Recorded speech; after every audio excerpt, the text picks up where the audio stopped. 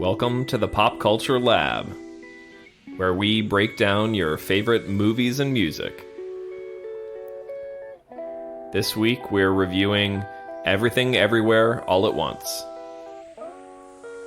Connor, let's get in the lab.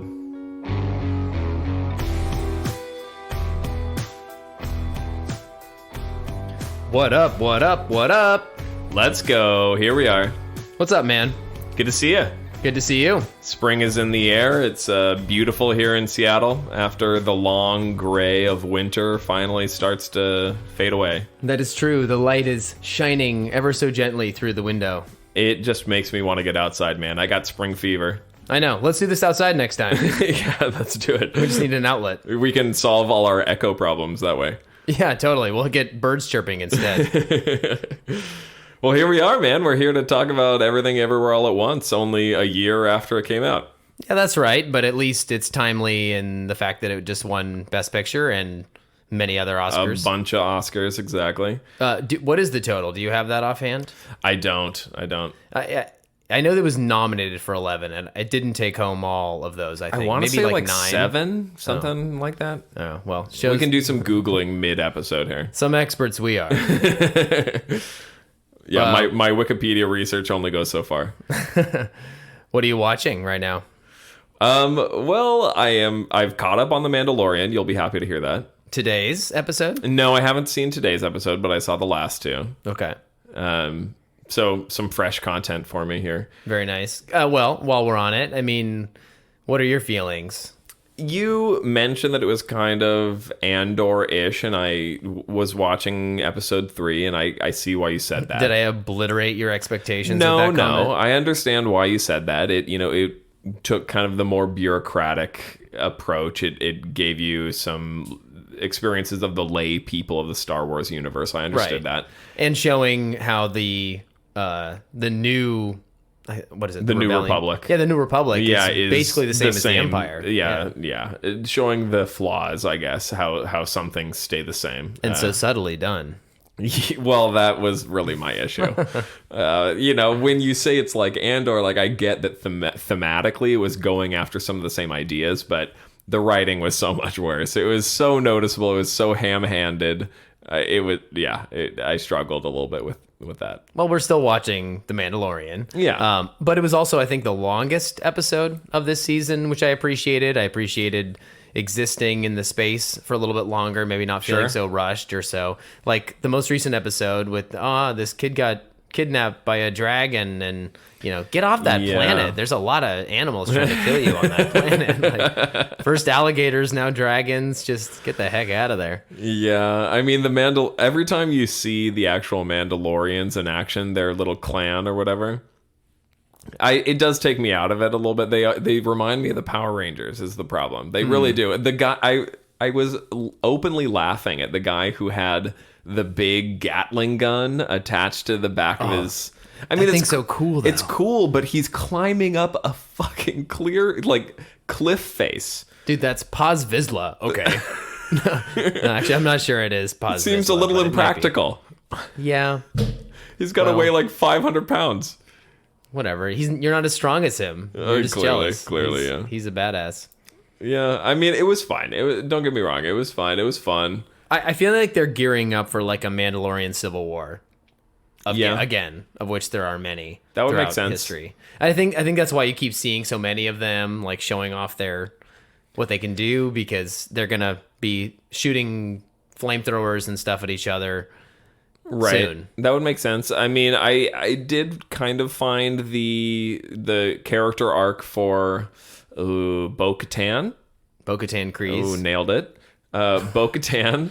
I found that kind of interesting, how she is this royal heir, but has kind of renounced the ways of the Mandalore. She sees these people as these fanatics. And so to have her be redeemed in the waters of Mandalore, in the living waters, I think that was kind of interesting. I hope we get a little bit more of her perspective about how she's feeling about this. I think she's playing him. Yeah, I wouldn't be surprised. I mean, she lost the Darksaber, so she's trying to find a new people to follow her, I think. And she was never given the Darksaber legitimately in the first place. She didn't win it in battle. Oh, I she was missed given that. it. Well, you didn't watch the Clone Wars, and okay. neither did I, to be fair, but I've watched enough YouTube breakdowns to catch me up. And that's why this show is cool, is it picks up a lot of stuff from the Clone Wars. I mean, Ahsoka Tano, Bo-Katan, those are all Clone Wars characters that now have life in live action. Right. So, anyway. It's okay. It's okay. been It's a enough very up and down season. I'm not going to disagree with you there. It's enough for me to keep watching. I do feel like they're mailing it in a little bit with the plot. I mean, really just what they're... It feels like every episode kind of is standalone. There is some kind of overarching plot. I think you're right about the space whales coming back because they've hinted at that a couple times. They always seem to save the most interesting stuff for the end of the season, and it's almost like the opposite of other Disney Plus series like Marvel, where that feels so rushed within 6 episodes, and sometimes The Mandalorian feels like it's just filling time. There's some filler episodes, absolutely. There are. It alternates between like solid like entries that are interesting and then to just filler. But then they always have kind of an exciting climax and finale usually. Yeah. Anyway, It's imbalanced. We'll see if we end up doing a full episode about The Mandalorian. It's not interesting enough for me is the problem. At this point, unless it really brings something new to the fore, I don't really know that there's a lot to talk about. I think we could just disagree about it for an hour and a half. I mean, I could explain to you why you should care about it, and you can tell me why you don't. Sure. So, the other thing that I've been watching lately, I had some family in town, and so it's always fun when you're watching streaming with somebody else. You go through this process of like kind of going through stuff, finding out where your overlap is, what you can watch together, what's acceptable to the both of you. And it's probably not what either of you would choose individually, but you end up with something that you can agree on. You know what I'm saying? I do. So we ended up watching this show called Pressure Cooker. Okay. And it's a Netflix cooking competition show that is kind of like Top Chef meets Big Brother. Do you remember you were Big telling me Brother? about this. Yeah. Do you remember that from like the 90s, early 2000s, Big Brother, where they put a bunch of random people in a house together and they have to live together, and there was some kind of conceit, some reason they all lived how together. is it different than like the real life? It's the same idea. I mean, really, yeah. They vote each episode. They vote somebody out of the house or out of the cooking whatever competition. It was stupid. Don't get me wrong. It's a stupid show, but it was kind of fun. I mean, there were some people who were genuinely good chefs. They're all chefs. They're all of varying acclaim. Some of them are Michelin-starred chefs. Some of them are people who have just had a great restaurant in whatever for 20 years. But they're all there trying to win some money. There's money on the line, and they're all trying to win. But there's a combination of winning the actual cooking competition of each episode versus just being liked by the other people in the house. Because they can, you could be the best cook, but if they hate you, they might vote you off anyway. I see. And so part of that doesn't really appeal to me because it's not about the cooking. It's more, there's one chef in particular who clearly just came for the drama. They came and immediately started lying and backstabbing the other chefs, which is kind of funny, but at the same time, it's not really what I was there to watch. Yeah, you're like, I just want to see the best cook. Like, I don't care who you are as a person. You can be Gordon Ramsay for all I care. Right. Yeah. But it was also from a human point of view, it did give me a sense of like why people watch reality TV in a way. Interesting. Well, yes, yeah, because I've been watching. I watched the most recent season of Love Is Blind. Yeah. Tell me about that because I haven't really dedicated any time to Love Is Blind. Well, it's so stupid, dude. I mean, I'm not gonna sit here and like try and convince you. I can't even believe the words are coming out of my mouth. I mean, I do not like reality TV. Right. Like one time I was in LA and I met this guy who was like this hotshot reality TV guy, and he was just so calloused and awful, and he was just relishing in the fact he was like, oh yeah, there's this girl and this guy just broke up with her. Actually, like this guy from the show, like actually broke up with her in real life. And we're like, we're turning on the cameras right now. Like keep the tears flowing, baby. Yeah. Like just a manipulative, Exploitative. Yeah, just a horrible man. Yeah. So, that whole side of it is awful. But Love is Blind, I think, is done with a bit more respect for its contestants to some degree, at least compared to that. It's the whole premise, if you don't know, is that you're in these pods. You don't see each other. That's why it's called Love is Blind. Right. So you're just in these pods, you're talking for like 6 days or something. And then the people who decide they want to, then you have to actually propose from there. So the next step is you go from 6 days in this pod, and then you have to choose who would I want to marry. Mm-hmm. So they go from a proposal, and then they all get brought together as a group, which always messes things up because these couples who have like not seen each other and then decided, oh, I like you, they might see each other in real life and maybe not be physically quite as compatible as they thought, but they think, oh, well, gee, it doesn't matter. I still care about this person that I learned from the pod. But then when they all get in a group, the sexual tension and the reality of attraction like really comes into play. And particularly in this season, it's been a disaster. Like these engaged couples have just all kind of started wanting each other. Right. And sometimes they stay more with the choices they've made, but this has been much more mixed up. And again, I don't even know why I'm watching. It's something that I can just share with my fiance is a large part of it, but it is pretty entertaining, and these people are definitely to some extent trashy and stupid, but not also typical reality TV contestants. One of our friends, Charlie, was talking about going on the show. Recruited. Which, I'm glad he didn't, but he's almost like along the right lines of like someone who is pretty sincere, and I think they get a lot of religious people on this show. That's why they're trying to marry, and they're usually like in their mid-30s, and they're really looking for that. Yeah. So for all its silliness, there's an element of like they actually want to meet somebody. So it's the human drama. It's people are fascinated by it.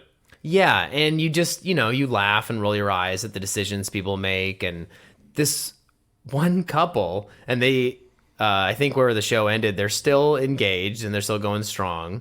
But one of their final dates in the pods, like they're really, really connecting, and they're really sort of finally saying, I love you and all this stuff. And the guy especially has a hard time saying, I love you. And he's really, really pouring his heart out to her, and they obviously supply their contestants with a lot of alcohol on the show. And the girl's just sitting there listening, and she's got this dreamy look on her face, and he's just like, yeah, it's always been really hard for me to like actually say these words, and I just and he had a brother. Oh no.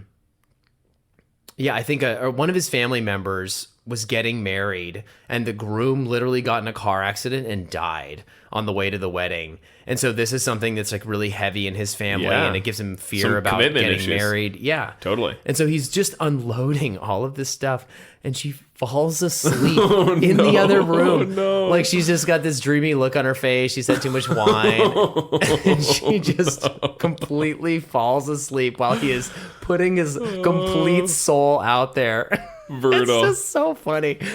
They still stayed together, but I was just like, oh my God. He was so mad. He was like, she did not. He was like, hello? Oh, no. Hello? Like, just no answer. It was, yeah. That made the whole season worth it for me. That was the funniest thing. Relatable. Oh, man. I mean, I've never done that. But No. So funny. Oh, well, you've never done that, but you've definitely been told something by your significant other that you were supposed to be listening and realized that halfway through that you did not. I have never done that. It's crazy. All right. Well, that was a good little preamble. Moving on. Yeah, I think that was... Don't want to linger on that one? Yeah, no. Next topic. Okay, so we're here to review Everything Everywhere All at Once. This movie came out a year ago, so I'm assuming that most of you have probably seen it. If you haven't seen it, please know that we're going to be spoiling the events of the movie. So if you're okay with that, that's fine. Otherwise, now's your time to get out. Get the heck out of here. So a couple of basics about the movie. Obviously, it just won a bunch of Oscars. That's why we're reviewing it. I didn't end up watching it when it came out a year ago. We talked on a previous episode about how I tried to go and see it in the theaters when they re-released it. And then now that it's won, 7 Oscars, still haven't Googled. We should get that right. They re-released it again in downtown Seattle. And so we finally went for the second time for you, for the first time for me this week, to go and see it. I had a question. Yeah.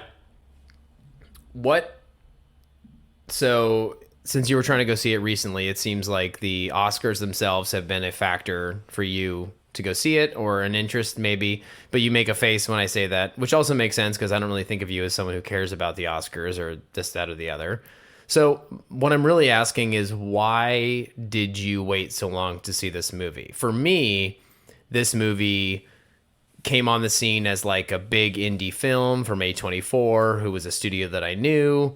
And I was seeing like literally breakdowns on YouTube channels right alongside Marvel breakdowns of this movie. So the like pop culture community, like the nerd community, really rallied around it, really gravitated to this movie.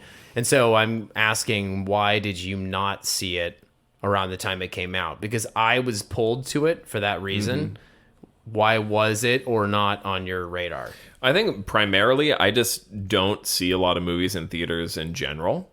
I don't go out of my way for the most part to go and see movies in theaters, and so it's usually when you or my other movie going friends like have a particular movie in mind that you really want to see, then I'll go with you. So that's probably my first answer. You just don't go to movie theaters very often. Just not really, unless it's a social experience for me. Going to the movies is very much a social experience. Well, I saw it streaming actually. Did you? Yeah. So it must have been after it came out. Generally. Mm-hmm. Yeah, it would have been like, I don't know, spring or like fall winter of last year, somewhere like in there. 6 months ago, something like that. Yeah, maybe more. Yeah, well, fair enough. I mean, I looked for it on the streaming services, and I'm glad I finally saw it in theaters, because there was a lot visually that lent itself to the big screen. I'm glad I saw it in theaters. I'm kind of jealous you saw it that way first. Yeah, I mean, it's going to sound kind of funny to our listeners who probably did end up watching this quite some time ago, but I mean, my mind was blown by this movie. I've been thinking about it since we saw it. And so I can see why it got so much attention. There's a lot to unpack. I feel like there's just layers on layers on layers of meaning embedded both on the screen. Like if you took a still image of just about any part of this movie, there's a lot going on. Exactly. You can look at Easter eggs and various things that are buried in the actual scene, but there's also just a lot that they're juggling in terms of genre, in terms of emotional impact. There's just layers to this movie. And I think basically everything comes together. We'll explore if there are any loose threads that don't add up or anything like that. Surprisingly well, though. Oh, I agree. And I can't even instinctually point out too many flaws, but we should investigate. I think there's some stylistic choices that will land with some people better than others, maybe. Well, definitely that. But I agree with you that in terms of just how ambitious this movie is and what they're trying to accomplish, it's incredible that they were able to tell a cohesive story and have the emotion land at the end of it based on what they crammed into it. I mean, Everything Everywhere All at Once is a good name for this movie, because there's a lot going on. Absolutely. And yeah, it really works as a whole. I mean, I think my big takeaway for this movie is that, yeah, there's so much going on, and again, we can probably find flaws when we look, under a microscope. But this movie just worked for me just at a gut level, and it was so unlike a movie experience I've ever had before. So for me, I think that goes a long way. I overlook and I don't even almost question certain aspects of the movie, or I haven't spent a lot of time analyzing its flaws because it leaves me with such a good feeling as a movie. Like, it was just such a wonderful experience that I'm not really searching for the bad, which is very unlike us. We started this podcast because we're critical individuals, and it's a refreshing movie in a way. What's amazing to me is my favorite type of movie are the mind-blowing movies. You know what I'm talking about? The ones where you're days later, you're still kind of turning over stones in your head about individual things that they hinted at and dropped along, and then also the kind of the concepts that they're exploring in those movies. So I'm thinking about movies like Get Out, Ex Machina, you know what I'm talking about. Movies. I mean, I think of Chris Nolan movies too, but you might not. Sure. You haven't seen Interstellar, though. I haven't seen Interstellar. Or others. I mean, not Dunkirk, but did you ever see Memento? I did see Memento, and that's exactly what I'm talking about for sure. And I don't think you like Inception, but that stuck with me personally. Movies like that, yeah. Well, and this falls into that category, I think. I certainly have been thinking about it, but it also lands emotionally, which a lot of those movies don't. I think there's a danger when you get into this high concept stuff that you kind of lose the emotional center of the movie.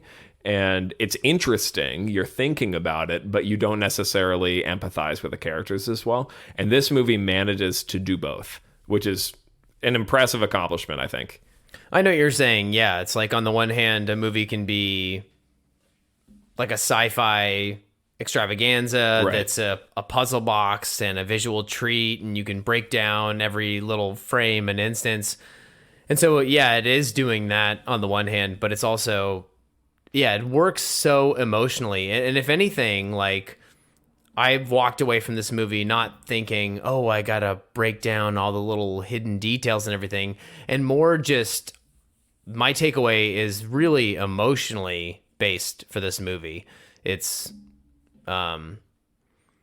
it makes me think more about how I live my life than I do about the craft of filmmaking. Let's put it that way. Or, breaking down the nuances of the plot and the themes and everything. What I really take away is like, I should think more consciously about how I appear in the world. Yeah, and interact with other people. Which is crazy. That's crazy for a movie to be able to accomplish that, I think. I can't name a lot of other movies that really land on that. I mean, to me, the best art is that kind of stuff. That's that impactful. And that it's able to do that while also being kind of a stupid, silly movie. Yeah. I mean, in less adept hands, like, there's a lot of corny lines being delivered in this movie, like the emotional set pieces of this movie when it really comes to a climax at the very end. Those would be pretty lame lines, like, can't we just be kind to each other is a pretty basic idea to express. Like, you have to have kind of a little bit more nuance there, and I think part of it is the acting of Ke Huy Quan, which is very well done. I mean, he came out of retirement for this, and I think it shows his acting chops to be able to do this. But it's also just the emotional arc of the movie is able to balance all those things at the same time, which is really impressive. I agree. I mean, that scene brought tears to my eyes both times I watched it. But also, to your point, is when we walked out of that movie, you did say, well, that scene is a little bit more ham-handed than the rest. Sure. And so if we are going to touch on flaws and things like that, I think it's important to address that the movie sustains its momentum and everything really well throughout the whole time. And it doesn't really need anything cut, but by the time they start to hammer home the message, the crystallization of the movie, the themes that really make the movie, they do it more than once in a couple different ways. They beat that horse a tiny bit. Definitely. More maybe than they need to. Yeah, I agree. I mean, yeah, we're skipping ahead, I Yes, think. we are. This review is Everything Everywhere All at Once. Which is Also, par for the course. 10 Oscars. 10 Oscars. 10. 10. 10 out of 11 that it was nominated for. Yeah, and I remember thinking to myself that it's somewhere pretty close to Return of the King, and it is, actually. Wow, that's So, amazing. Yeah. Return of the King was 11, right? You don't know. 12, I think. Maybe. I'm pretty sure it's the most ever. Most ever? Yeah. Tied for most ever. Maybe. Return of the King, definitely. Tied with what? Some older movie. I'm not a cinematic historian over here. No, that's my job. Exactly. Also impressive. We're still on the basics of this movie. This had a budget of $25 million. That's amazing. That's Yeah. incredible. That is incredible.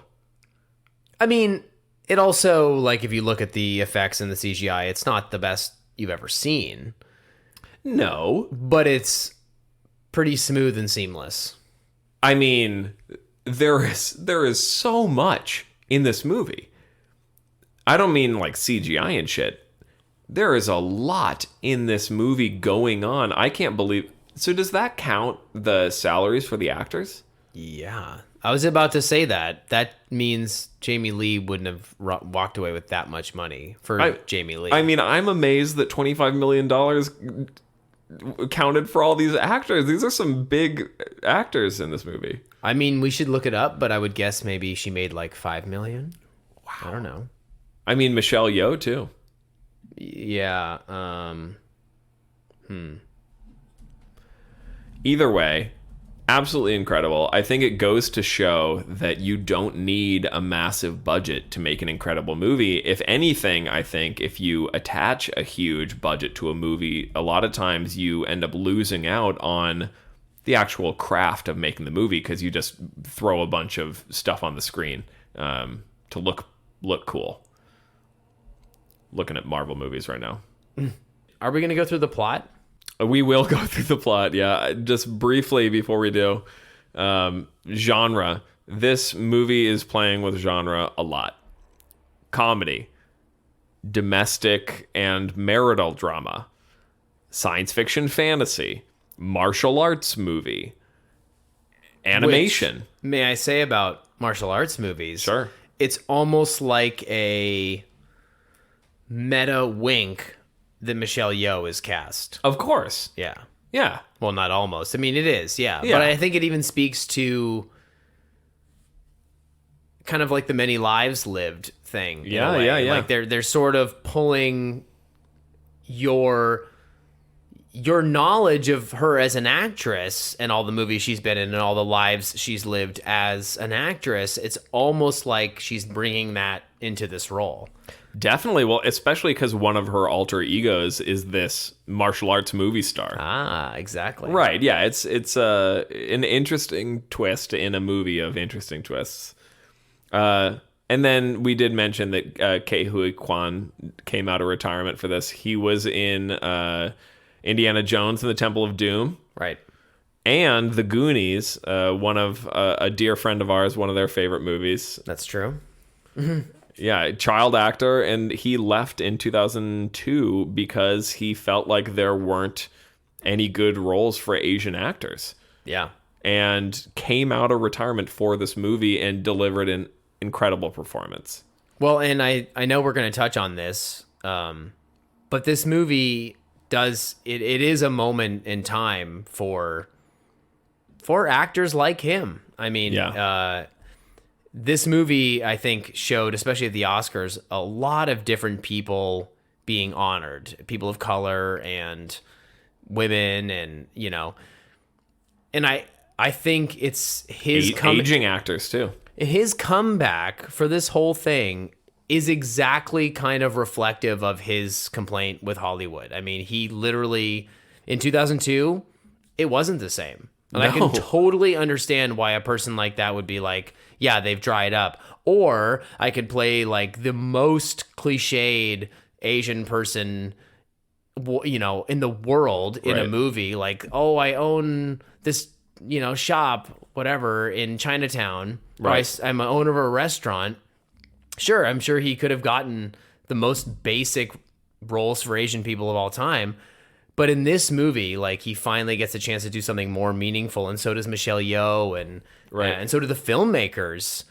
So it's so funny that he would come back and win this award. It's like indicative of the exact complaint he had in the first place. He's really like, he waited for the right thing and he came back at the right time, I guess is what I'm trying to say. Absolutely. It's almost too perfect. Like, it is kind of a Hollywood story that he retired from acting, came back for this role, and won an Academy Award. I mean, it's really... And of course they did it on purpose, where the person who announced the award was Harrison Ford. Yeah. It's like, oh my God. It's Dr. adorable. Jones. It was So very cute. And their hug was amazing. Yeah. Okay. We have spent enough time on this. We got to get to the plot. Plot it up.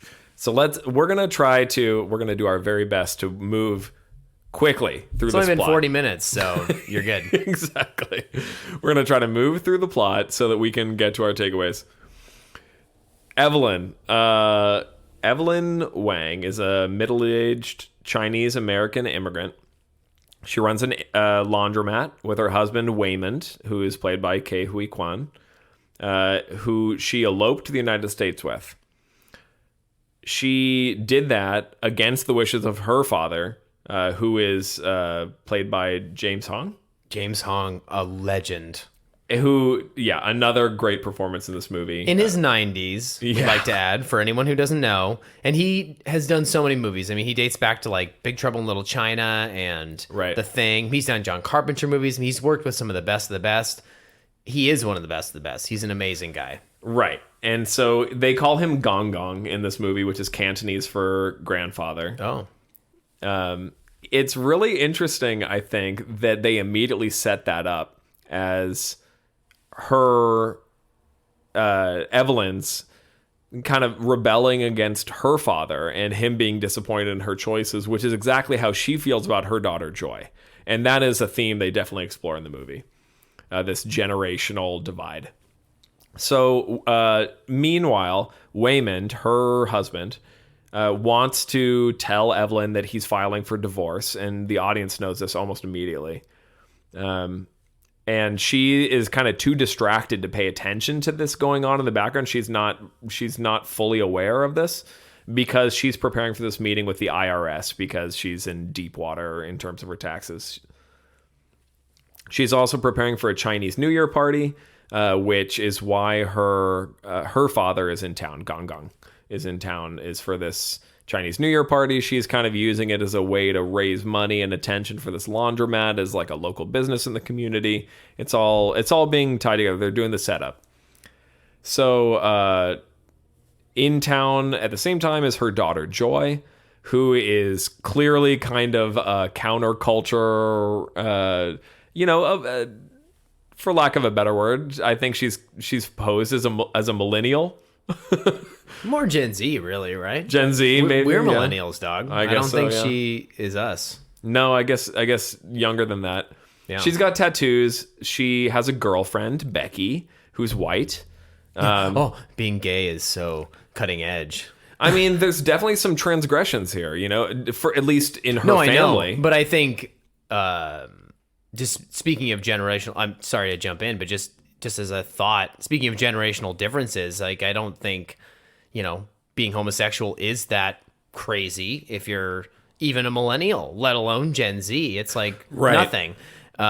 So it goes to show how, I don't want to say backwards, but how limited Evelyn's view of Joy is. Like, she just can't see her for who she is, and she's held back by the things that her father has held her to. Because seriously, they could have gone with a lot of different things for Joy, but to just be gay is like not a big deal. And so for Evelyn to even have an issue with that just shows this generational divide more acutely. Generational and cultural. I Yeah. mean, I think, it's something that is really hammered home, but I think with some with some affection. I think this is a story told by people who are from that community, right? And so I Yes. think there's a lot of little details when I was reading about this. The way that Evelyn speaks to her father is in Cantonese. That we don't speak Chinese. I don't speak Chinese. I know you took a little bit of Chinese in high school. Mandarin, but Right. So apparently Evelyn speaks to her father in Cantonese. She speaks to Waymond in Mandarin, and she speaks to Joy in English. And so just in one person, you're kind of getting that immigrant experience of that is a microcosm of the negotiating you have to do as an immigrant, code switching, changing languages. And that shows up, I think, throughout this movie. yeah, very good point. Yeah, I mean, I don't have a lot to say about that as somebody who doesn't speak Chinese and who's not from that community, but I do think it's an indicator that there's stuff buried in this movie that if you are an Asian person or if you grew up in this community, you would be able to get things out of it that you and I can't, which is kind of, I think, a testament to a great movie too, is that there's even more layers. Oh, I would agree. I mean, just watching it as an outsider, I think even like you said, the cultural nuances of the way that they interact, especially generationally, do seem from an outside perspective to be, very, very culturally rooted, the way that they interact with each other generationally. And I think even, not to generalize, but my understanding is that, in cultures like in China, generational stuff is really important. Absolutely. And you treat your elders a whole different way than you treat your elders in America or in the West. And so again, not, making any assumptions or anything, but it like you just said, it's very rich with that. And to watch as an outsider, you don't understand every little nuance, but it's very clear that this is something that is cultural, that drives a lot of the generational interaction. Yeah, it has rooting in the directors of this movie who had some lived experience to speak from. I think, you can tell there's some real anecdotes in here. And one of which who is not as well. I think only one of them is the son of an immigrant. Right. Son of immigrants. So Evelyn is kind of trying to manage all this, her preparation for the IRS, her, kind of ignoring what's going on with her husband here, who's kind of a goofball. I mean, he's a well-meaning but kind of a doofus, right? Yeah, I mean, when you're watching the movie, you don't think he's a stud. What does she not see in this guy? No. And she is hiding that her daughter Joy is a lesbian. She's hiding her girlfriend. She lies to her father, Gong Gong, and says that it's her, good friend, very good friend. So a little bit later, they go to the IRS, and as they're in the elevator going up to this meeting with Jamie Lee Curtis, Waymond, her husband, his body is taken over by Alpha Waymond, who is a version of Waymond from a different universe, who starts talking to her about all this stuff about the multiverse and From the Alpha universe, we learn. Right, yeah, that they call it the Alphaverse, yep. And so Alpha Waymond explains to Evelyn about that there's all these multiple universes, that every choice that a person makes essentially creates a new universe, and that his wife could. In her case, she hasn't explored those possibilities. Right. Not to cut you off. We'll get to that for sure. But it's, to me, just to jump in, conceptually, the multiverse is about potential more than it is about the choices you've actually made, per se. Well, the lives that are led are reflective of the choices you've actually made, but the concept of the multiverse is about possible choices. Opportunities, yeah.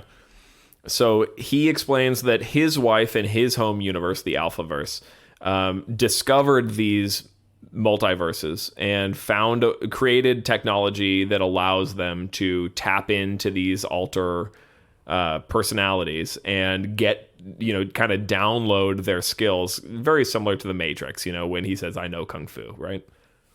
It's a very clear reference or call out to that, I would say. Absolutely. I mean, Yeah. the pitch for the movie was, I want to put my mom in the Matrix. Yeah, right. So definitely. So he demonstrates this. He eats a tube of chapstick essentially, and whips out his fanny pack to whip on some IRS agents. The choice of to do the most bizarre thing that you would never do, because it's I love this. I love putting this you as on a a concept. it's a choice that you would never make. So it's Yes. putting you on that different path. So it's opening you up to that thing. But it's both so genius and so fun to watch Right. throughout the movie. All the decisions that people make to get them on that path. I mean, what does she do? You know, she sniffs a shoe at one point. It's just, it never gets old watching people do weird stuff. Well, and I think in the movie, I was mostly just reacting to the weirdness of all the stuff they were doing. It wasn't until later that I realized the deeper meaning of, like, in order to make a real substantive change in your life, you need to do something different. You need to get yourself out of whatever routine you're in and make a big change. Like, that's the only way it starts. That's the only way you branch into this new reality, this new you, this new possibility of who you are. Do something crazy. That's incredible to me. I mean, it's one example in many of this movie of how there's more if you want to, look a little deeper into the movie, there's so much more to explore. Agreed. I mean, yeah, it really, I think it does really speak to a person, I mean, I think we all know that feeling of when we're trying to shake up our own lives. You kind of do have to do something drastic, at least in your own mind. It's drastic to shake yourself out of your complacency or your funk or whatever you're in. Right.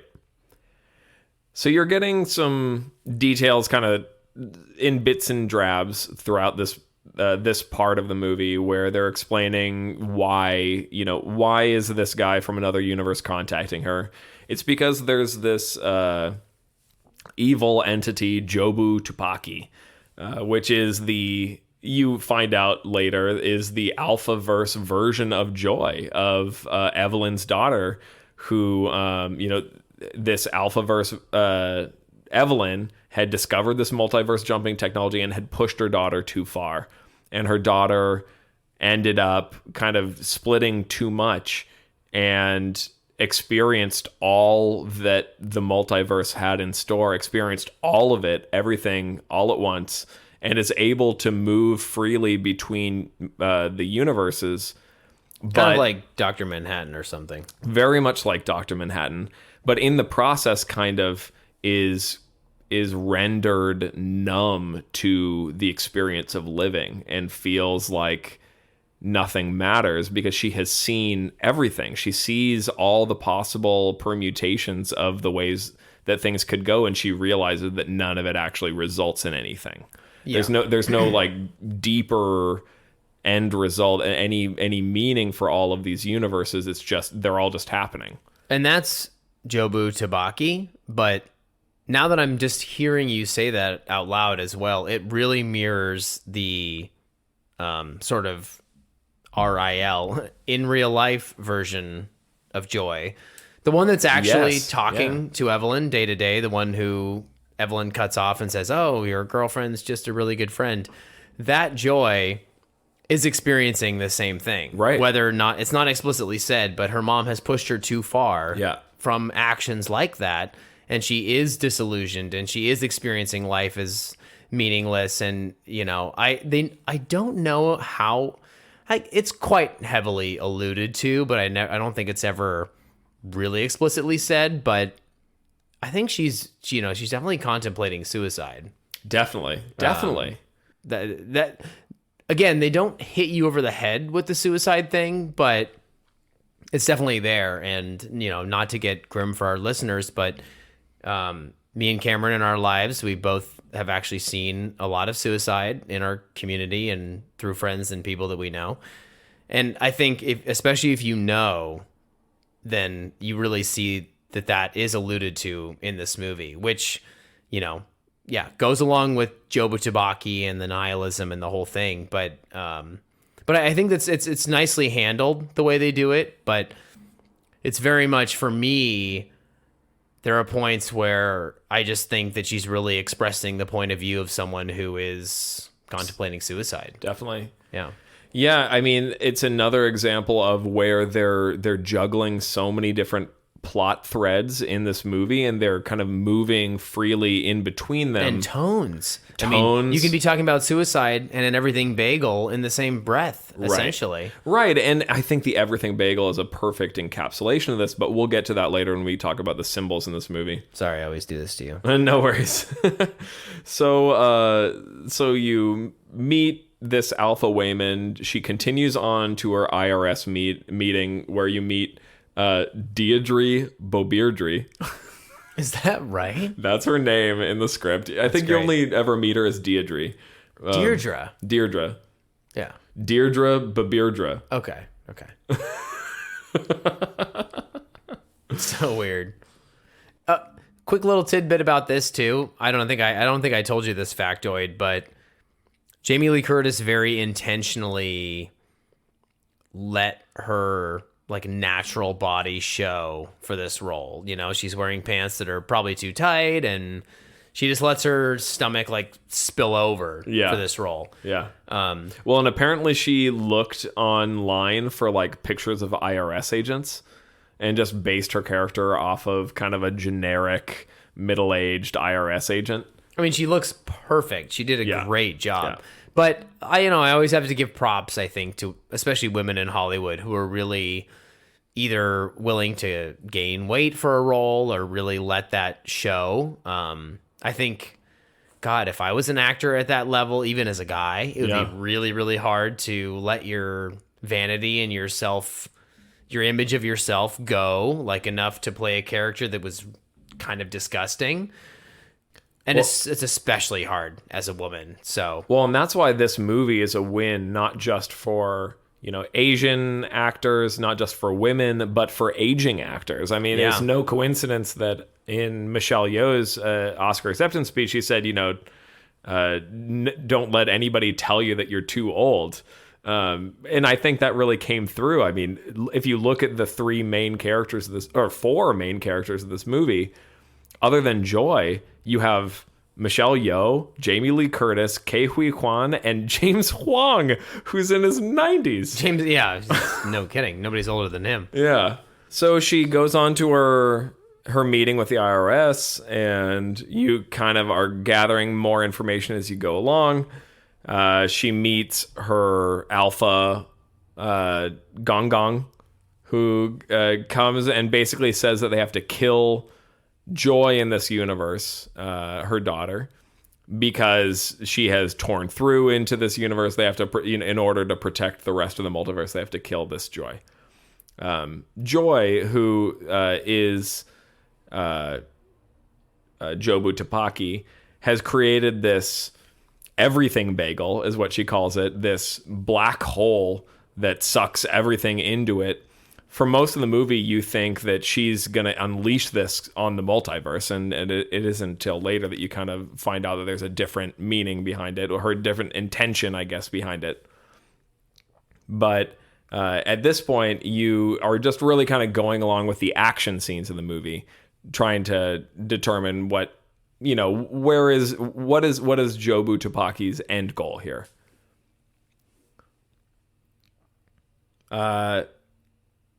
So after she starts tapping into her powers, into this technology. Sorry, she being Jobu Tupaki or Evelyn? Evelyn ends up tapping into her powers to try to gather skills. She's in this IRS office. This movie essentially just takes place in the IRS building and in the laundromat, which are two of the most boring locations I can think of. It is an indicator of where the budget for this movie was at, but at the same time, it is incredible that they were able to make such incredible action sequences in an IRS, but in such mundane locations. But I think it's also rooted in the immigrant experience. To your earlier point, I mean, a lot of times immigrants do end up owning a laundromat or a restaurant or something. And so I think it's definitely rooted in that. And like they allude to in the IRS scene, I mean, it's very complicated. They don't speak the language perfectly. It's, and the system takes advantage of immigrants and or makes it very, very, very hard for them. I mean, it's inaccessible. Not to get on a tangent, but I have neighbors here who were immigrants from India, and even though they hold like full-time jobs at major tech companies and are homeowners and all these things, it's so hard to even just get a green card or an extension. Like if either of them lost their job, they could be sent back to India within like a month. Yeah. Like the system is so impossible to navigate. It's there's way too many people. There's way not enough money. And they're skating on thin ice the whole time. It's alienating. It's an alienating experience for no pun intended. Sure. But yes, it is. Anyway, yeah. So Evelyn's learning how to multiverse jump with her technology while this is all happening, and it has some fun set pieces in the IRS office with Wayman, who we talked about, wielding his fanny pack, and with Jenny. Really, really good fight choreography. It's a great honestly. fight. Like really good. Really, really great fight. And then they bring Jenny Slate in, who is whipping her dog around. that was another great part of the movie, I thought. Oh yeah, and what is she famous for? She's been in a ton of things. She was the voice of Marcel the Shell. Excuse me. That's what it is. A lot of other stuff too, but that's great. So she starts experiencing.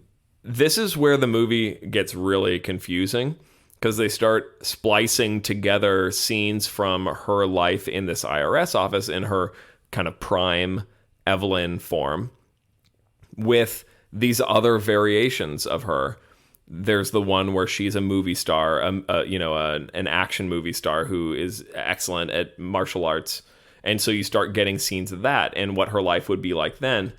You get scenes of her as Rakakuni in the Rakakuni universe. Actually, the other guy is Rakakuni. Right. I think it's Rakakui, like Ratatouille. Oh, okay. Yeah. I think it's Rakakui, and the other guy with the raccoon on his head is Rakakui. Right. She's just another chef in that restaurant.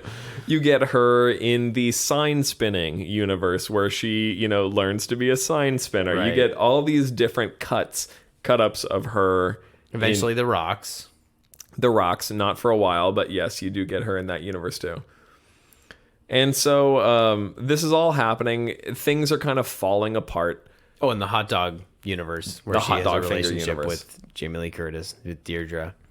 Right. Her first multiverse jump, in order to get out of the sticky situation that she's in, she has to profess her love for the Jamie Lee Curtis character.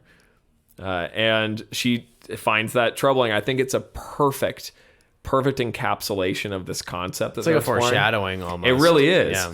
Because it's so stupid and unimaginable in the context of the predicament she's in. But then as the movie progresses, you see there actually is a universe, this stupid Hot Dog Fingers universe, where she's in love with Jamie Lee Curtis and they are happily married or whatever, playing piano. Right, with their feet. With a foot brace. Yeah. Right. And yeah, it just goes along with the whole theme of fighting with love and kindness.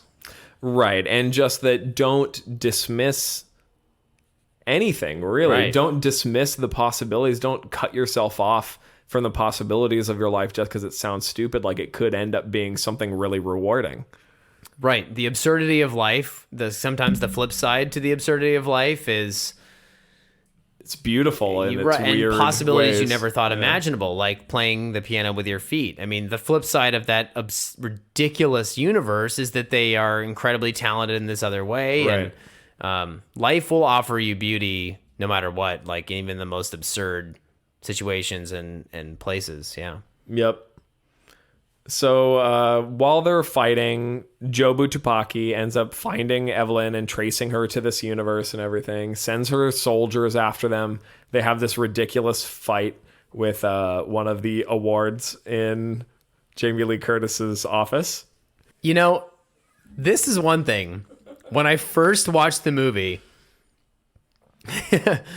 I'm pretty silly. Like, we were talking about this before we started recording this, but you can be a very discerning viewer and you have a harder time suspending disbelief. And I'm a discerning viewer, and I was a film studies major, for goodness sakes, but I can also be a very accepting and forgiving viewer. I can just kind of let it wash over me and embrace it until the point where it takes me until like after a movie is done to really know how I feel about it. But anyway, what I'm trying to say is, when I watched this movie for the first time, when Jamie Lee Curtis was like, you know, you don't get these awards for just doing nothing, and she points to it, my very first thought was, my God, that looks like a butt plug. Yeah.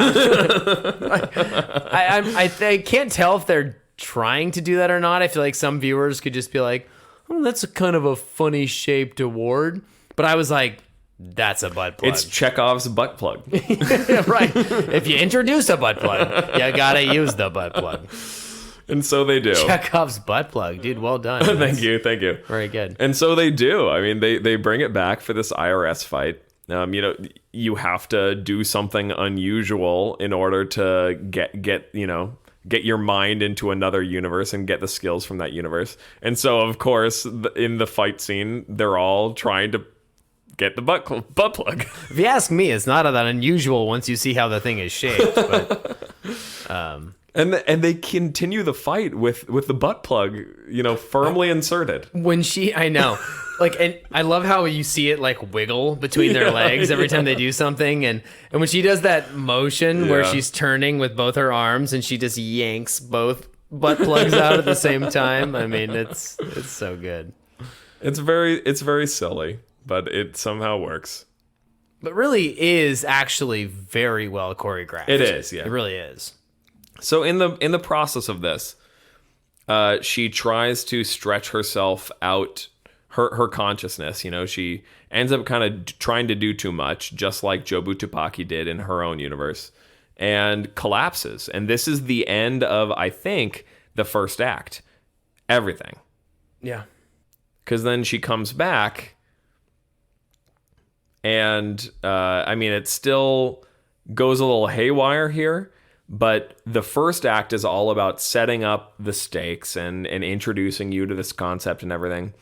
And then the middle act is about her confrontation with her daughter, Joy, in the form of Jobu Tupaki. And, you know, I'm not going to say it's a flaw or anything like that. I don't know how much I needed that structure or the title cards. Yeah. It doesn't take away anything. But they I have don't like know a how much false ending, just to... Yeah, I don't know how much it adds, especially because everything and everywhere are like, I don't know, at least 45 minutes to almost an hour, respectively, and the all at once part feels very brief. It's a coda. Yeah. Which I don't have a problem with, but if I just watched the movie without those title cards or that structure, it would have made little difference to me. You know what I mean? Yeah. I guess I'm trying to say is I didn't need those.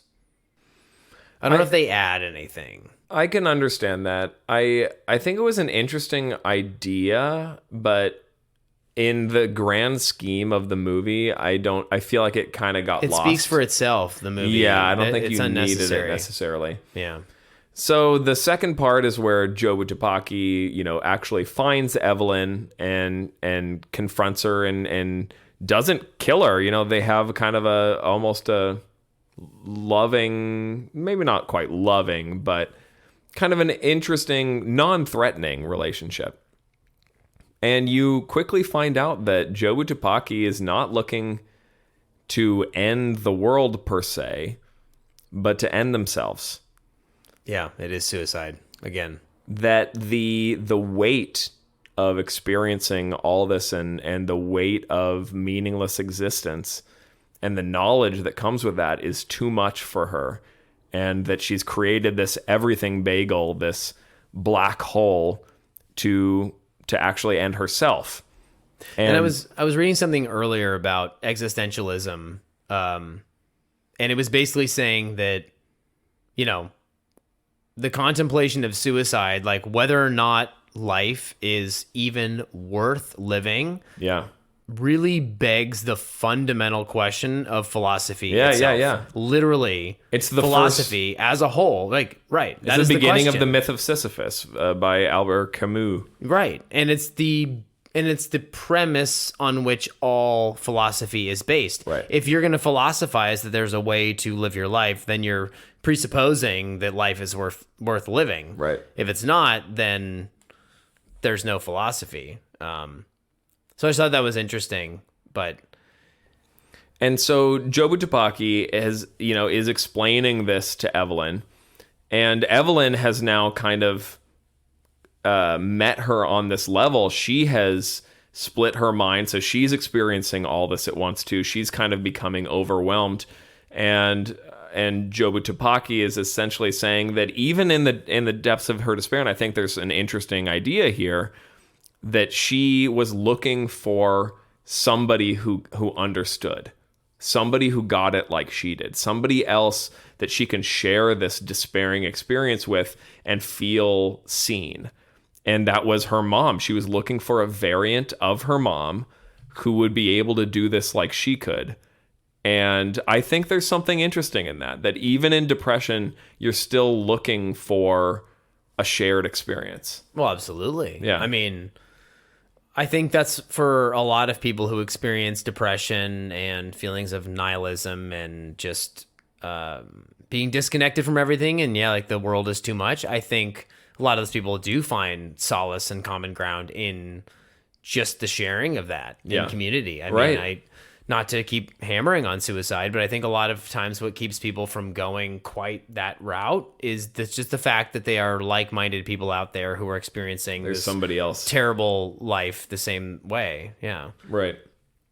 So she's kind of sharing this worldview with Evelyn. But it is fundamentally nihilistic where she does want to bring her mom into oblivion with her. Yeah.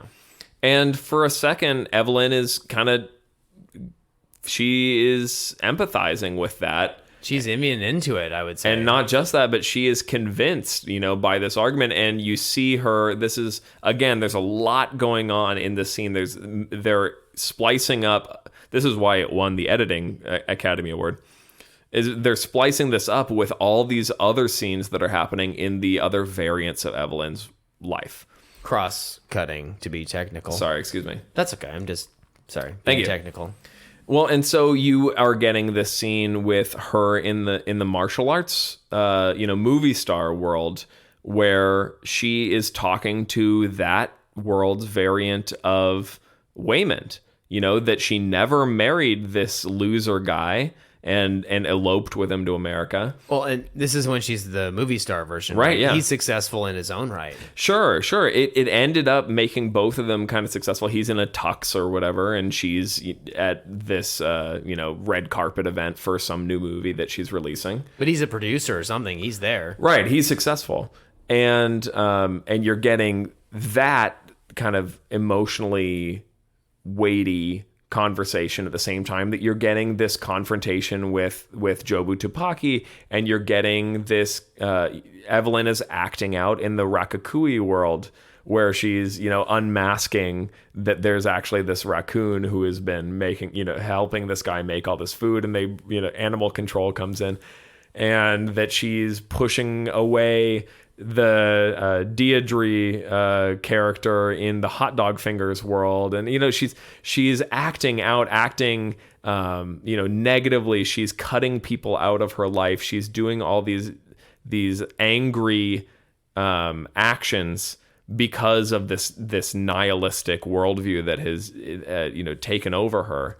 Well, yeah, almost by nature of the plot, when she first starts traveling the multiverse, it's very exploratory at first, because also it has to be for the viewer to kind of get grounded and see what's going on. Who are the characters that we're talking about? And Evelyn's getting her bearings. And yeah, as you're exploring a new universe, you just need to figure out what's going on before you can do anything else.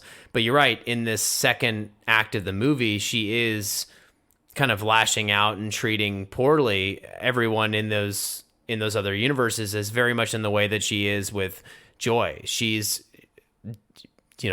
sabotaging those relationships through these actions that are small-minded and, reflect back on herself. And that's kind of what it is. Parents impress upon their children because it reflects back on them. Yeah. It's all about, well, my kid has to act X, Y, or Z because, well, I raised them, and no child of mine is gonna blah, blah, blah, and that's how Gong Gong treats her. It's like, you're not, really my daughter. You ran away and you did all this stuff. And so in some ways she's doing the same thing to the Rakakui guy. She's like unmasking him, right. And, he can't just exist. She has to kind of control it. And right. Yeah, it's like an attempt to control your surroundings and get the world to bend to the way you think it should be. Right. That's really what it is. Yeah. Like when you try and get the world to be the way you think it should be, you just alienate everybody. And not until she learns to embrace those things and with all its imperfections. Right. Yeah. Acceptance. Yeah. As it really is. Yeah. Yeah, and so she has this epiphany, I guess, because of Wayman's speech here. When they're having this confrontation, this fight scene, it's all happening at the same time. So while she's having this existential crisis, essentially, and she's despairing because of this conversation with who she sees as her daughter, as this Jobu Tupaki, even though they look different, it really is, she's seeing her daughter, Joy. And so she is ready to kind of go along with this very negative worldview that nothing matters. And so just end it all. When she hears Waymond from a different universe essentially making a plea for kindness. And he gives this great speech that is cut up between these two universes, one in the tuxedo in the martial arts movie star version of Evelyn universe, and the other one in where there's this action sequence going on with the minions of the Alpha verse and all that, and James Hong, Alpha Gong Gong and whatnot. And she even stabbed him. Exactly, she stabs him, and he makes this great speech about, even when everything doesn't make sense, like all the more reason to be kind to one another, essentially. That's really what it boils down to. I won't give away the whole speech, but it's a great speech. And but it's like something about existentialism, like, and I like that he alludes to the fact that, well, I've been on this earth as many days as you have. It's not that you know something that I don't, It's that this is an active choice. I am making this choice to be kind. Right. Which cynics always look down on those people. Right. So, yeah, he's saying that, you might think that I'm weak. You might think that I fold over or whatever. I'm an optimist, an overly optimistic person. I'm naive. But this is how I fight. I've been on the earth the same number of years as you have, and this is how I fight the world, just a different way. Right. And this convinces Evelyn. And so she makes a pivot, and I think this is really well captured by when she puts the googly eye on her forehead, which is it has so much symbolism. We'll get into the symbolism. But she starts fighting in quote unquote fighting in creative ways where she's really just kind of opening the world of possibility to these people. These people who are fighting her are in pain, and so she's showing them happiness is really what it comes down to. Right. A life path in which they do something that they choose something that makes them happy, or she brings that to them. I mean, I love the guy who likes the S&M. Right, One of the exactly. directors. Yeah. Exactly. It's beautiful, it's corny, and it is beautiful. And she manages to save Jobu Tupaki too, of course. Pull them out of this despair.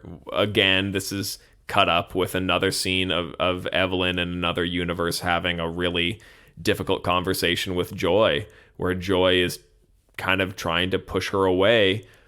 And they're doing this again, everything, everywhere, all at once. They're doing this while there's the rocks, where it's completely silent, and there's just two rocks on the side of a cliff looking out at nothingness in a universe where life never developed. But there's Evelyn and Joy as these two rocks, and it's incredible to me that they were able to make that probably the most poignant scene, at least for me, where it was all just in text on the screen. There was no spoken dialogue in that scene, but it was some of the most impactful filmmaking to me in this movie. It is. And I think it's an interesting, in that scene, you know, she's just saying like, Mom, just let me go. At least when her and Evelyn are talking in kind of the real world, for lack of a better term. But she's like, you know, just let me go. And you know, I've heard the phrase before, if you love something, you have to let it go. And sometimes that's true in the fact that you can't control something that you love. You know, it has to be what it's going to be, and you have to love it irregardless of that. You know, you just have to, like, love is love. It goes beyond whether or not they're doing what you think they should be doing or what you want them to be doing. But there's a fine line between loving someone and letting them go, and being also there just, for them. Exactly. Yeah. And she's like, you know, like, I can sort of let you go in one sense, but I'm your mom. I will always be your mom, and I'll always choose to be here. In any universe, I'll be here with you. Right. Yeah, I mean, that is definitely the point, if there was a point of the movie, is that in a world where nothing matters, you get the choice to surround yourself with the people that you want and the experiences that you want, and to shower the people you love, you know, with yours. And to a near close second to that, though, is Wayman's message. I mean, if you're in that world that nothing matters, and we don't know, I think that's what this movie really hammers home too. I mean, there's the existential nothing matters, but what Wayman really hammers home, which is also kind of feels very modern of our times, is we don't know everything, and everyone is always lobbing out opinions with the ultimate fervor, left and right, you know, political extremes. You're insane and you're nuts and you don't know anything, and everyone's just finger pointing at one another, but nobody knows anything, and no one's willing to admit that. So I just think this movie displays this in a very modern way, where it's not just about the fact that nothing matters at the end of the day, and that you can create meaning out of that. Well, this is all at the same time in this you know, emotional climax of the movie is also when the universe that you had been first introduced to in the movie, where she's, you know, preparing for this meeting with the IRS, and she has this Chinese New Year party planned, that at the Chinese New Year she freaks out and smashes a window and pisses off Deirdre Beardra, and Waymond smooths things over. Exactly. And he does that, and you can tell that as she's going through this existential crisis, Evelyn is just, she doesn't get it. She doesn't understand how Waymond was able to convince Deirdre to ease off after all the things that she's done. And what he says is, I just talked to her.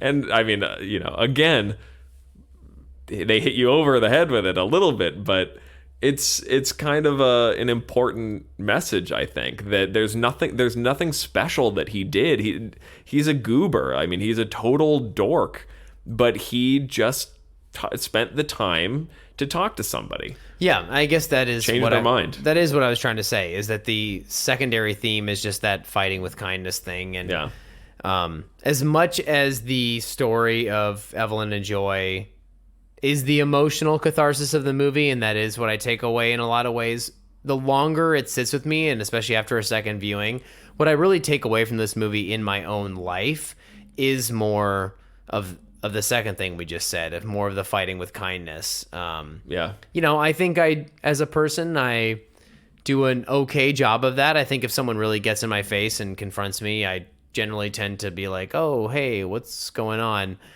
But I also forget all the time, I think, in little moments to react with kindness and understanding. It's so hard sometimes in those really quick, really fast. I just think about driving the car, even, you know, when I'm driving the car, when I'm just driving and someone does something that I think is stupid in their car, my first instinct is to go, you idiot. Right. Rather than just like something understanding or... Yeah, so for me, the part of this movie that I really have walked away with and has impacted my day-to-day life is the concept of, you know, you really can decide to fight antagonism with kindness every step of the way. It's a choice every single time, even from the most mundane thing. Whether you're fighting about your taxes with the IRS lady or some stranger, you know, you can always fight it a different way. And there's a quiet strength in approaching life that way. Yeah. That even if you're not a badass, that you bring something else it's in some ways harder when you're having a really tough day to respond with kindness than it is to be a macho man, you know? It's so hard to do it all the time. It's way, way harder. And I think that's the important thing. Yeah. That's what I take away is like, that's why this movie meant so much to me, is it's like a lesson in self-improvement as much as anything. Very much so. There's very few movies that I have seen where I came out of it wanting to be a better person. Exactly. And this is pretty much the only one I can think of. In recent memory. So we finally made our way through the meandering plot there. Are you guys still there? Hello? This thing's still on? Bueller? This thing's still on? Let's briefly touch on a couple, odds and ends here. I did briefly want to mention that during that fight scene at the very end, when there's all these soldiers of the Alphaverse coming to fight Evelyn, she does, at one point, she taps into a universe where she has, like, great pinky skills. Do you remember that? Yeah. Even Pinky can be Kung Fu. Right. And she up smashes one guy, and they do the Super Smash Bros. Kirby bat sound. Yes, they do. Which is incredible. I know. Pew! I thought the same thing. I don't know if I noticed that the first time I watched it, but yes, the second time I was like, that's from Super Smash Brothers. I swear that sound is. Yeah. I love that. I know. The bat, yeah. Yeah. So good. I mentioned... In some ways, that's one of the most fun things about this movie is you can just tell it's made by two people who have experienced so many of the same things that we have. Well, and as I was researching this, one of the Daniels watched the third season of Rick and Morty while they were preparing to make this movie, and they kind of freaked out a little bit because there's a lot of themes in Rick and Morty that are very much in this movie. And they had to stop watching the season because they were getting depressed about somebody else kind of beating them to the punch there. But you remember that one episode where Morty, Summer is kind of having her own existential crisis, and Morty says, "Nothing matters. Everybody's gonna die. Come watch TV." And that's essentially the moral of this story, Interesting. Yeah. Good tidbit. Yeah, I mean these directors are nerds. They're just nerds. Yeah. And there's a lot of great pop culture stuff embedded in this. Definitely. The googly eyes. Yeah. Which, and I'm sure you're going to touch on. Yeah, let's go over some of the symbols here. Symbols. The everything bagel is a fun one. That it's the bagel itself is a black hole. It's a circle of blackness surrounding this white center, and so visually it's a metaphor, right? I mean, it's the all-encompassing nothingness that is slowly going to kill us all, the heat death of the universe. You could put in a lot of different things here, but it's a symbol for the inevitability of nothingness. Well, and I like how they play with the literal here too. They're like, she's like, you know what happens when you really put everything on a bagel? Like, there's nothing left. Exactly. Yeah. I like how it's both literal and not. It's funny. Right. I mean, there's a million of those, and they all of Jobu Tupaki's minions all have the circle Yes. on their forehead, the Yes. black circle on their forehead. What else? There's the googly eyes, which is the inverse of the bagel. Yeah, it's the Wayman symbol. Right. If the black googly eyes are circle. here and the black circle's over here. Exactly. And so the googly And they literally eye, are inverse, like Exactly. a black center and a white. it's almost like a yin yang thing. Yeah, definitely. Good point. Yeah. And I love that. We talked about how when she puts the googly eye, it kind of opens up her third eye, and she starts fighting with kindness and creativity and all that. The cookie is another big symbol you mentioned. Which is another circle I just want to mention. Yes, it is. There's a lot of circles in this movie. The laundromat are the circles. She mentions the circles. Evelyn does. Doesn't it feel like we're just going around in circles? And I think this is the Wayman in the tuxedo says, you say that we're going around in circles. Well, I've lived just as long as you talked about. And of course, you recall that Deirdre draws a circle on the right tax paper. Right on the receipt. Yeah, the circles are big in this movie for sure. And I'm sure that if I saw this over again, I'd catch even more examples of the circle. And we talked about doing something different can change the course of your life or somebody else's. Yeah. That not only can it literally let you, in this movie, it can literally let you tap into other incarnations of you in a different universe, but it can actually change the course of your life to just break yourself out of your routine and try something different. And the more drastic, the better in some ways, which is what this movie... The weirder the choice is, the kind of the more effective, the more you're going to open yourself up. So To same new thing in life. possibilities. Yeah, the more absurd your choice, the more you're shaken out of your complacency. Yeah. And lastly, the rocks. The scene that we talked about where they're just two silent rocks where they're bringing text on the screen, but there's no dialogue, no spoken dialogue. They're rocks for each other. I mean, they're literal rocks for each other. I thought that was a nice touch as well. And kind of the two last living things on Earth in a way, because they are the only ones that can perceive the way that they can perceive, and that she tumbles off the cliff and that she goes right after her. Yeah. Evelyn jumps right after and then the her. googly eyes play into the rocks. Yeah, I love that. They don't have googly eyes on them at first, and then she turns and she's like, I'm gonna get you. It's incredible. Yeah. I mean, really, it is wonderful storytelling. I can't believe that something so stupid and silly could make you cry, but it's really well delivered. Well, and we haven't talked about this yet, but we did both see Swiss Army Man, and we didn't feel the same way about it that we did about this movie.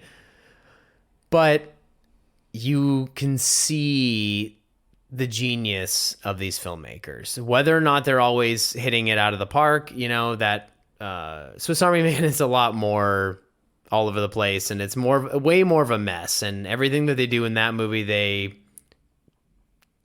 pull it together a bit better in this one, and they really execute everything a lot better. And there really is way more going on. They aim higher in this movie, and they also deliver way, way higher. Yeah, they hit a home run. But like you just said, their genius is in this unbelievable balance of absurdity and really grounding human emotion. Yeah. I just cannot think of other movies where I'm laughing at butt plugs. Yeah. And literally in tears moments later. Yeah. There is almost no parallel. And so as overhyped as some people want to say the movie is, and maybe it didn't deserve every last Oscar, but it deserves a lot, because I just cannot think of a movie that is an experience like this one. Right. So Yeah. Well named movie indeed. one thing I want to touch on is that you asked before we started this podcast about the fact that this Evelyn, the main Evelyn that we stick with through this movie, she Wayman explains to her that she's the Evelyn who's up to the task of fighting Jobu Tobaki because she has the most unfulfilled potential, right? She never took any of those chances on her ideas or her dreams. And I think your original question was what? Basically that... Why, like, what was the message that the directors were trying to deliver with that in terms of why she's the chosen one? Why is this one with this untapped potential? Why is she the chosen one? Aside from the plot device Right. of like, well, she has all this unfulfilled Right. potential, so she can go do all these things. It works well for the plot. Nice little bow tie. What's the message there? Yeah, the deeper meaning, and this is just my takeaway, but I did want to say this on the podcast. But I think my impression of that was, like I told you, that as we're talking about absurdism and existentialism and all this stuff, life itself, especially when you look at it from an absurdist, existentialist perspective, it is chaos, and every moment is an unfulfilled possibility, and it's nothing but possibilities, and it's ultimately meaningless, and it's, you are just there making random chaotic choices at any given time. And so if life itself is just this series of possibilities, then this Evelyn is kind of the reflection of that. Encapsulation of potential of that spark of life. Right. The crystallization of the concept of life itself just being an open, chaotic mess that we're thrown into. She is living that way. She's just living as she hasn't committed to one path so much that she's just on it. She is unfulfilled potential. And so, to me, it really reflected that concept of life itself. I think that's beautiful. I think that's a beautiful... I think I said it better before, but... I think it's a beautiful concept and execution in the movie anyway. Yeah, I mean, this movie can be so much to so many different people. I think if you are an immigrant, you're going to have one experience of this movie. If you have struggled with depression, you're going to have another experience of this movie. If you have a challenging relationship with your parents, if you're an aging person who wonders if your best years are behind you, then you're going to have another experience of this movie. It's really amazing. Even if you're just a person who wonders that, because I honestly don't think who hasn't experienced one of those things, Because all the categories you just mentioned, I don't really put myself in any of them. I at least, knock on wood, I've had a very fortunate life, and I don't consider myself, struggling with any of these things, and I'm not an immigrant or anything like that. But if you have ever thought about, what you said to me when we walked out of this movie was touching. You were like, well, it's who hasn't thought about the fact of like, am I living my best life? Am I living the best version of myself? Have I wasted potential and paths in my own life? Have I just let them go by the wayside because I'm either complacent or or afraid or whatever it is, and I think, when you said that, it was very touching, and I felt the very same way when I walked out of that movie. And that's what I was kind of explaining to my parents when I was on vacation with them, is what really struck me about that movie is, especially as someone in their 30s who has thinking about that more than I did in my 20s, is, like, what does it look like to be the best version of yourself? And what I think is so interesting about this unfulfilled Evelyn is she ultimately is the best version of herself. Right. Even though she thinks the movie star version, the Kung Fu one, is originally the best version, it's ultimately not. And so if you are someone that just lives in the moment and takes life and takes it one step at a time and treats people with respect and dignity and brings joy to yourself and others and goes through the world with love, that's the most successful you can be. Whether or not you're on some great path that is all sexy, you might not be, but that's what matters. In another universe, I would have loved to just do laundry and taxes with you. Exactly. I often contemplate, like I was once on a path to acting, and I would lie if I didn't say that I ever didn't think about that.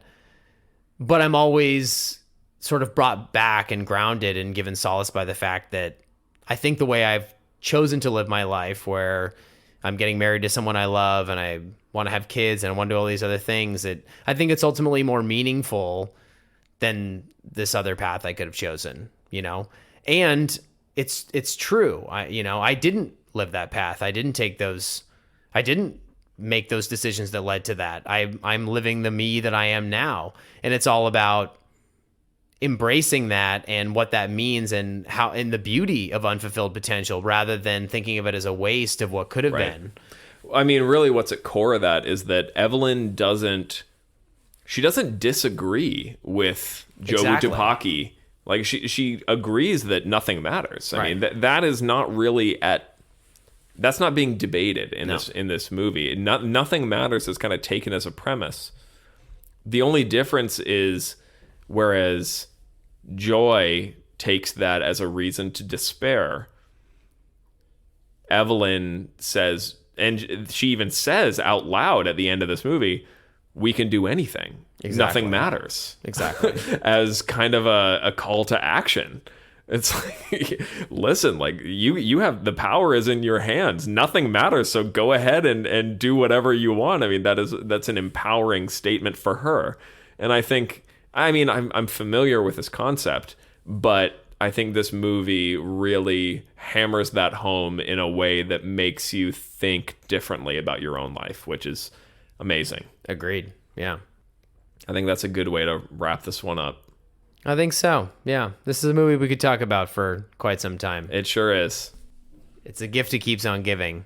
Yeah, I can't wait to see it again, honestly. It's the kind of thing where I got so much out of it on my first watch, but I do want to go back and look for some of those Easter eggs and what is in all of those scenes that they're cross-cutting at the end. What have they buried in there? It should definitely be viewed more than once.